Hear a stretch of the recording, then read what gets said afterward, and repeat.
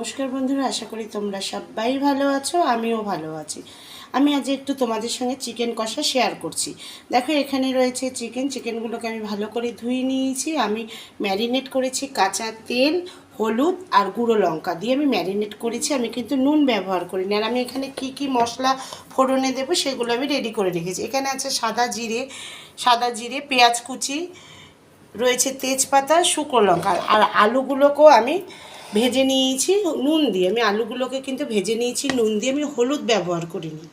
আলু ভাজার তেলেই কিন্তু আমি মাংসটা রেডি করব। এখানে মাংসটা রেডি করার জন্য আমি ফোড়নগুলো নিয়ে নিয়েছি। তেলটা ভালো করে আমি এবার মিশিয়ে নিলাম।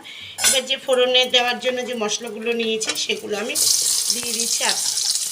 ভালোভাবে মিশিয়ে নিচ্ছি। মশলা নিয়েছি, এখানে রয়েছে পেঁয়াজ রসুন পেস্ট, লঙ্কা পেস্ট আর আদা পেস্ট। আর আমি দিয়ে দিচ্ছি ধনের গুঁড়ো, জিরের গুঁড়ো। ধনের গুঁড়ো আর জিরের গুঁড়ো দিয়ে দিয়েছি। আর লঙ্কার গুঁড়ো যেহেতু চিকেনের সঙ্গে আমি মাখিয়ে রেখেছি সেই কারণে আর আমি এখানে দিলাম না। আমি একটু জল দিয়ে মশলাটাকে রেডি করে। পেঁয়াজগুলো ভাজা হয়ে গেছে। এবার আমি যে মশলাটা গুছিয়ে রেখেছিলাম সেই মশলাটা আমি দিয়ে দিচ্ছি। দিয়ে ভালোভাবে আমি আবার মিশিয়ে নিচ্ছি। দেখো, মশলাগুলো হালকা ভাজা হয়ে গেছে। এবার আমি দিয়ে দিচ্ছি স্বাদ মতন চিনি। এবার দিয়ে দিলাম হলুদের গুঁড়োটা ভালোভাবে মশলার সঙ্গে মিশিয়ে নিচ্ছি।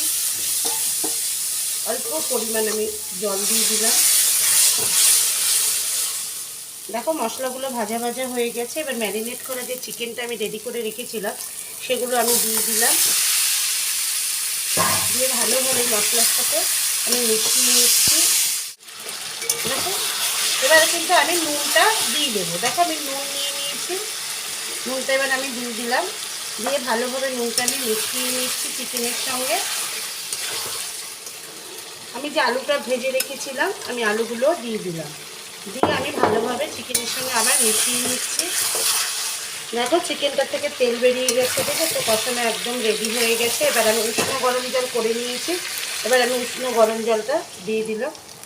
দিয়ে ভালোভাবে আমি আলু আর চিকেনটাকে মিশিয়ে নিচ্ছি মশলা আর ঝোলের মধ্যে। রেডি হয়ে গেছে। আমি গরম মশলাও দিয়ে দিলাম।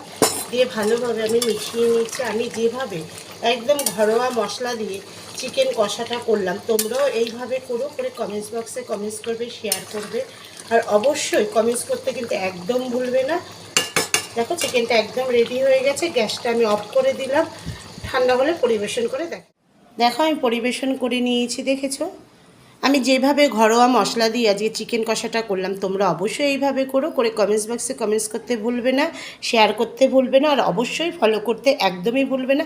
এখনকার মতন আসি, নমস্কার। সবাই ভালো থেকো, সুস্থ থেকো।